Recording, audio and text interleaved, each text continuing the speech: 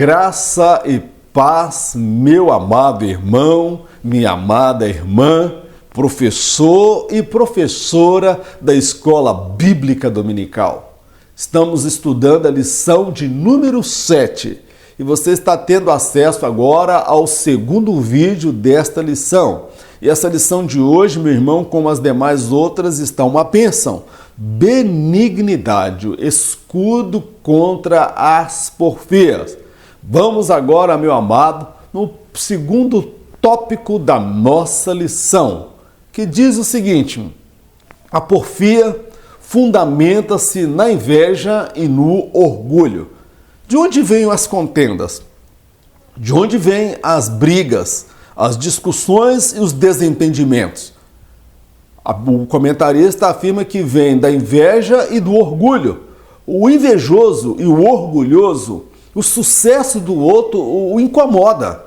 Ele fica incomodado com o sucesso alheio e ele fica procurando um pretexto para arrumar uma briga, para arrumar uma confusão, para discutir, para desestruturar a pessoa. Então vamos abordar esse tópico, a porfia, que nós iremos abordar nesse segundo vídeo. Primeiro subtópico: inimizade e porfia. Eu destaquei o seguinte: a inimizade é caracterizada pelo ódio e aversão a alguém. A porfia se caracteriza pelas discussões e contendas de palavras. Ambas são próprias da natureza humana e podem ser potencializadas pela ação do maligno. Meu irmão, a inimizade ela é caracterizada pelo ódio e aversão a uma pessoa. Você não gosta daquela pessoa, você sente ódio daquela pessoa. Isto é inimizade. A porfia, ela é caracterizada pela discussão. Não necessariamente você tem ódio daquela pessoa, mas você acaba discutindo, desentendendo com aquela pessoa.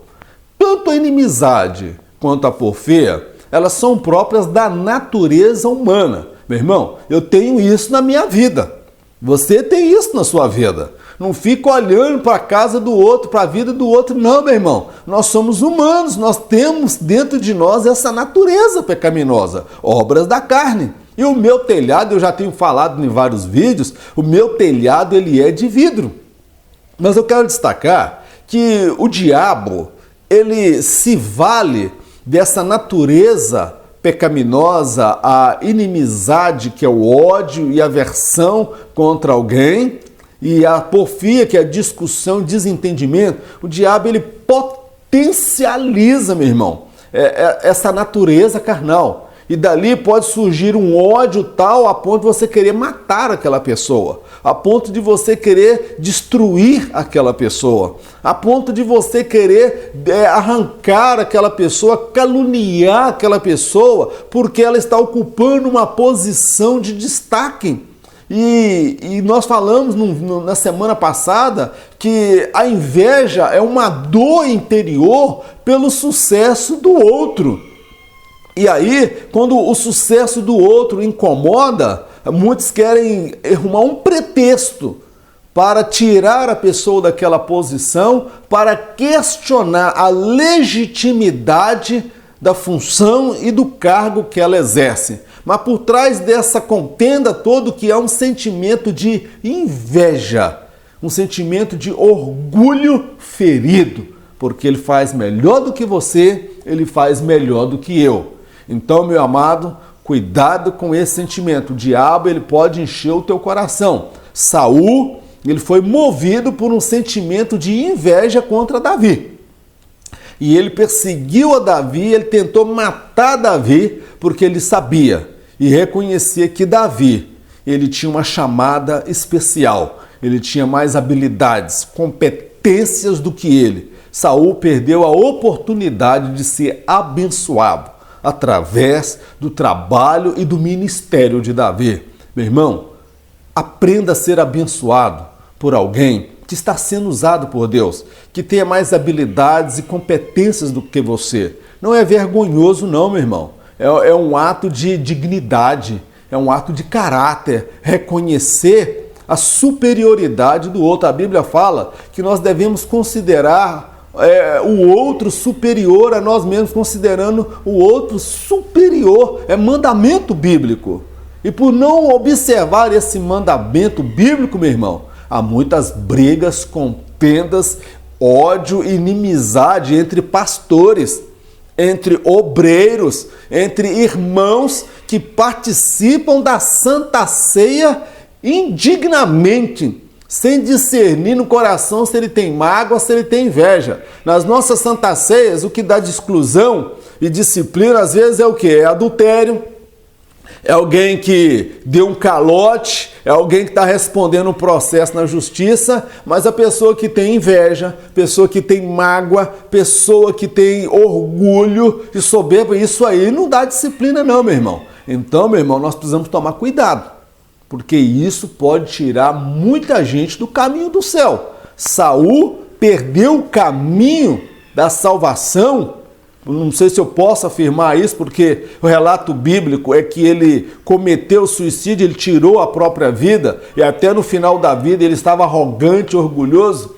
Ele lançou sobre ele a sua espada, a sua lança, e diz para que esse circunciso filisteu não ponha a mão em mim. Até na hora da morte, um homem se achava superior aos demais, irmãos. Então, meu irmão, cuidado com esse sentimento no seu coração. Já tirou muita gente da presença de Deus e vai continuar tirando. E pode tirar o homem do caminho do céu. Vamos ao próximo momento da nossa lição. Eu destaco uma reflexão. Os desentendimentos e discussões fazem parte das relações humanas. No casamento não é diferente. A forma como lidamos com ambas as situações revela nosso caráter e maturidade cristã.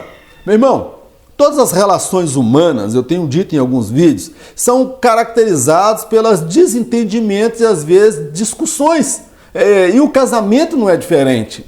Você pode amar a sua esposa, fez voto de juramento e ainda assim passar por alguma desavença, algum desentendimento, alguma discussão. Mas veja só, é uma coisa própria da nossa natureza humana. O problema é quando isso toma proporções maiores, em que o marido e a mulher não conversam mais, dormem em camas separados, vão para a igreja juntos de aparência. Só de aparência, mas não há mais harmonia, não há mais vida íntima, a vida íntima do casal já não existe mais e deixa-se uma porta aberta para a ação de espíritos que vão conduzir o homem e podem conduzir a mulher para o caminho do adultério. Porque se ele não sacia o seu desejo fisiológico de ter uma intimidade, relação sexual com a sua esposa, o diabo vai apresentar para ele uma outra oportunidade. Então, se ele não olha para você, minha irmã, estão brigados aí, vigia, porque você pode estar lançando seu marido nos braços da amante. O marido pode estar lançando a mulher nos braços do Ricardão. Então, meu irmão, nós precisamos tomar cuidado. Mesmo no casamento, ele está sujeito a desavenças, contendas e discussões. Mas nós precisamos pedir a Deus que nos dê humildade para pedir perdão e reconciliar esse negócio. Porque se a gente deixar passar tempo e mais tempo, a situação ela não melhora, ela piora. Então todas as relações humanas elas são caracterizadas por desavença e desentendimento. Agora, a forma como eu vou lidar com isso vai revelar o meu caráter e a minha maturidade. Amém, meu irmão? Você precisa ter caráter para resolver isso. Seja um homem. A Bíblia fala que nós, homens, nós somos o cabeça. Então, se você é o cabeça, toma a frente. Entendeu? Chama sua esposa para conversar. Fala com ela. Abre um jogo. Fala, me perdoa. Aquele dia nós erramos. Se ela não tem coragem, ela não tem ainda essa habilidade, Deus não trabalhou nesta área da vida dela, você tem que ir até ela, meu irmão. E a Bíblia fala que é melhor andar dois do que um, porque se um cair, um levanta o outro. Se um estiver fraco, um fortalece o outro. Então, na relação marido e mulher, surgirão contendas, desentendimento, palavras que doem, palavras que magoam. Mas precisa ter maturidade para deixar o orgulho de lado e estabelecer a paz e a harmonia dentro do lar. Eu já vi muitos lares destruídos pela falta de humildade. Não tiveram a dignidade de pedir perdão e o casamento se destruiu. Vamos para o nosso próximo tópico, que é o subtópico 2, Evódia e Sintique. Eu destaquei o seguinte: vencer uma discussão nem sempre significa ser o mais forte ou mais preparado, mas com certeza o mais sábio é aquele que prefere perder um debate a perder a amizade e o respeito do outro. Lá na igreja, Paulo escrevendo, havia duas irmãs, Evódia e Sintique. Essas irmãs exerciam uma liderança nesta igreja. Elas eram referenciais para a igreja. Estava havendo aí uma divisão na igreja por causa da discussão. E eram crentes. E elas não conseguiram resolver aquela situação entre elas. E Paulo escreve, olha, resolve a situação. Ele não procura saber quem estava certo e quem estava errado. Verdade que quando duas pessoas estão desentendidas, meu irmão, ambos estão errados, precisam buscar o caminho da reconciliação. Agora, se busca-se o caminho da reconciliação e o outro não quer perdoar, é uma decisão do outro. Mas nós devemos buscar o caminho da reconciliação. E eu destaco que vencer uma discussão não é necessariamente que a pessoa é o mais sábio, o mais forte. Do contrário, muitas vezes um tolo pode ganhar uma discussão.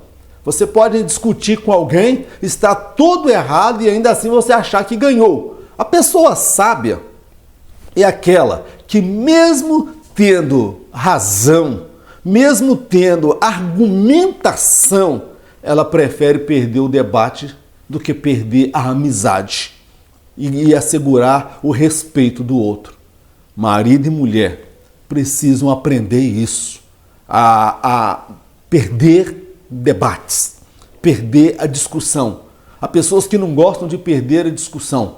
Ele sempre tem que ter a palavra final. Ele sai daquilo com o ego dele, nossa, ganhei dele. Acabei com ela agora. Coloquei ela no lugar dela, no devido lugar, meu irmão. O que adianta você ganhar um debate com a sua esposa e depois você ter uma mulher magoada, uma mulher deprimida? O que adianta você soltar os cachorros, vomitar nela toda a sua arrogância, toda a sua soberba, toda a sua prepotência?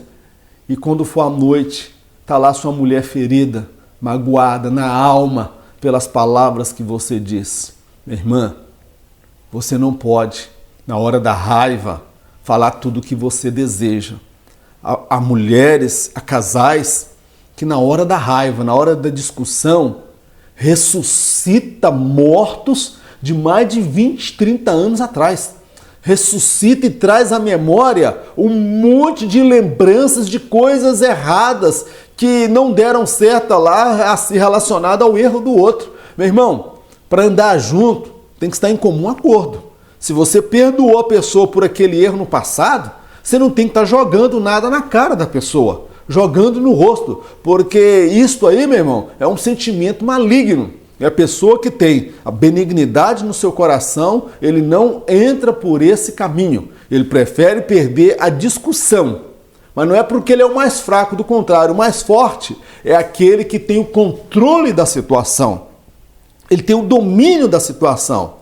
Aparentemente parece que ele perdeu o debate, na verdade ele não perdeu, ele venceu, porque ele conseguiu controlar a sua natureza, a sua impetuosidade e colocar freio na sua boca. Talvez numa discussão você poderia falar palavras que te vêm fundamentar, você está coberto de razão, mas o uso errado da razão nos faz perder a razão e o direito de falar. Amém, meu querido? Lembra daquela passagem bíblica quando ele olhou para Ana e teve ela como embriagada, ele humilhou aquela mulher, ela tinha toda a razão para repreendê-lo, para recriminá-lo, para humilhá-lo publicamente lá no templo. Mas ela foi humilde, ela foi mais forte do que ele. Ela disse, a tua serva não está embriagada. Por causa da minha amargura de alma, é que eu tenho derramado a minha alma perante o Senhor. Meu irmão, ela colocou brasa viva sobre a cabeça do sacerdote Eli. E no final ele proferiu ainda: vá em paz, e o Deus de Israel te conceda a tua petição. E a palavra dele se cumpriu. No ano seguinte ela voltava com uma criança com Samuel. Há muitos que perdem a bênção no momento da raiva, falam que não deve, ora, jejua durante semanas, mas quando abre a boca, perde tudo que fez no jejum e na oração. Meu irmão, é por isso que a Bíblia fala: vigiai e orai. Primeiro nós vamos vigiar as palavras que proferimos e depois nós vamos orar. Porque do contrário, nós vamos fazer igual aquela vaca leiteira, que põe aí 50 litros de leite e no final ela pica o pé no balde e derrama o leite todinho. Meu irmão, vamos usar de sabedoria e prudência nas relações sociais, seja no casamento, na relação com filhos, na relação com a família, com os familiares, com o cunhado, com sogra, com o genro. Essas relações muitas vezes elas são conflituosas e nós precisamos de sabedoria de Deus para lidar com elas. Vamos então, meu amado, ao próximo tópico da nossa lição. Eu destaquei o seguinte, uma reflexão.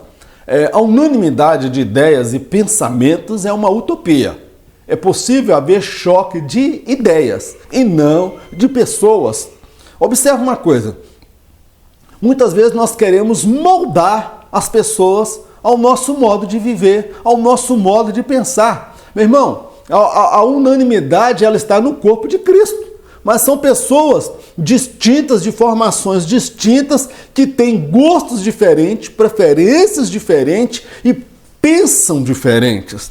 Agora, você querer impor sobre a sua esposa, impor sobre a igreja, você que é pastor, impor a sua preferência, a sua vontade, e quer que todo mundo pense como você, e quem não pensa como você é seu inimigo, meu irmão, esse sentimento não é de Deus, porque pode haver choque de ideias e pensamentos, pessoas que pensam diferente. Foi o caso de Paulo e Barnabé.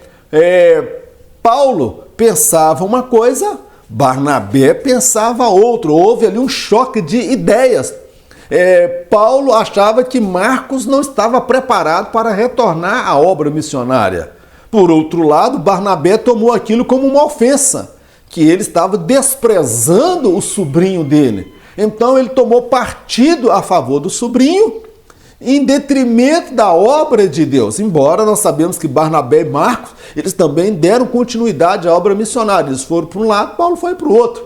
E na igreja, irmão, nós vamos encontrar também desavenças, pessoas que pensam diferente. Lá no concílio em Jerusalém, por exemplo, uns achavam que os novos crentes, os que aceitaram Jesus, tinham que passar pela circuncisão. E outros achavam que não. Paulo chega, ele apresenta a demanda que estava acontecendo no campo, a igreja se reúne, há choque de ideias, mas há um consenso. Ou seja, eu penso diferente, mas em nome da unanimidade, da unidade, me desculpa, em nome da unidade, nós vamos acatar a decisão tomada pelo Sinédrio. Então todos acataram aquela decisão. Então, meu irmão, pessoas que pensam diferente de você, não significa que ela é contra você. E nós não temos a cultura de aceitar pessoas que pensam diferente de nós. Quem pensa diferente de mim, quem pensa diferente de vocês, muitas vezes nós podemos tê-lo como um adversário, como um inimigo, como um opositor. Então, meu irmão, essa unanimidade de ideias e pensamentos é uma utopia. As pessoas têm formação diferente, culturas diferentes, preferências e gostos diferentes. Respeite o gosto da sua esposa, respeite o gosto do seu marido. Não tenta manipular essa pessoa. Ela tem livre-arbítrio e nem Deus obriga ninguém a fazer nada. E você respeite também o seu filho, saiba dosar a forma como você cria o seu filho, porque o excesso, irmão, pode trazer prejuízos. Eu costumo dizer que o maior desafio de ser pai é que os erros que nós cometemos hoje, eu tenho 2 filhos, um tem 10 e o outro tem 8.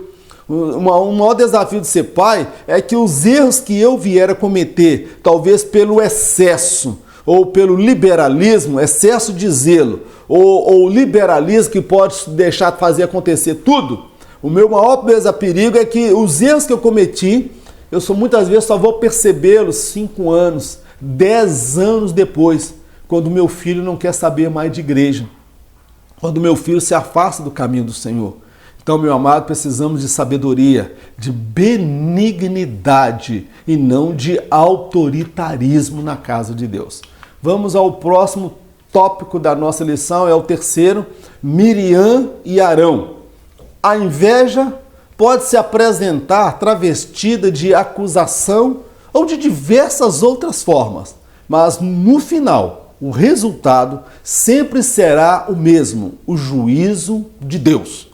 Nós observamos que nesse episódio, Miriam e Arão levantaram uma contenda contra Moisés. O pretexto era aquela mulher que Moisés havia se casado, se unido a esta mulher. A Bíblia não fala muito detalhe acerca desse episódio, mas pelo que nós conhecemos do caráter, da índole e a conduta de Moisés, ele não fez nada que fosse vergonhoso ou escandaloso. Do contrário, Deus os teria repreendido.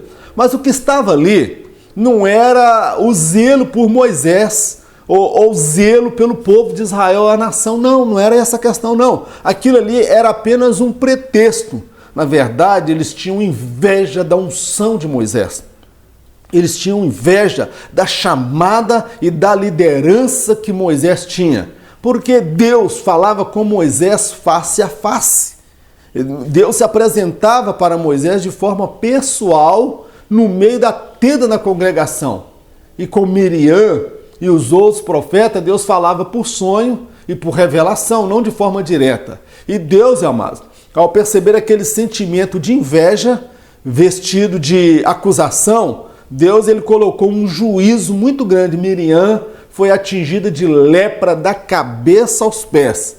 E Arão clamou por misericórdia, reconheceu o erro dele, e Moisés ora a Deus e Deus fala, olha, ela vai ficar 7 dias fora da congregação, 7 dias isolada, e ela ficou 7 dias ali isolada com aquela lepra podre, fedendo, não estava mais suportando aquela situação. Mas só aconteceu isso porque Moisés orou e pediu a Deus para perdoar. Meu irmão, é por isso que nós devemos orar a Deus por aqueles que nos perseguem, por aqueles que nos fazem mal. Moisés ele tinha um coração benigno. Já pensou? Se ele guardasse mágoa no coração, a irmã teria morrido daquela enfermidade. A irmã não iria ser curada e liberta. Meu irmão, que Deus guarde os nossos corações para nós orarmos por aqueles que nos fazem mal, por aqueles que nos perseguem, por aqueles que nos caluniam e nos difamam.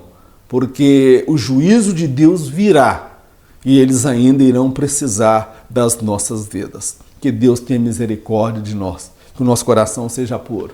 Eu quero, nesse momento, encerrar esse nosso segundo vídeo. Nós falamos aqui sobre o tópico 2 e vamos fazer o próximo vídeo, que é o terceiro vídeo, abordando o tópico 3 da nossa lição. E eu deixo aqui para você, meu amado, o primeiro vídeo, eu faço confusão, o primeiro vídeo e o terceiro vídeo. É só você clicar aí nesse link que você vai ter acesso ao segundo vídeo, ao primeiro vídeo e ao terceiro vídeo. Meu irmão, não vá embora, seja benigno, me aguarde no próximo e terceiro, último vídeo que nós estaremos apresentando dessa lição. Que Deus abençoe a sua vida no nome de Jesus.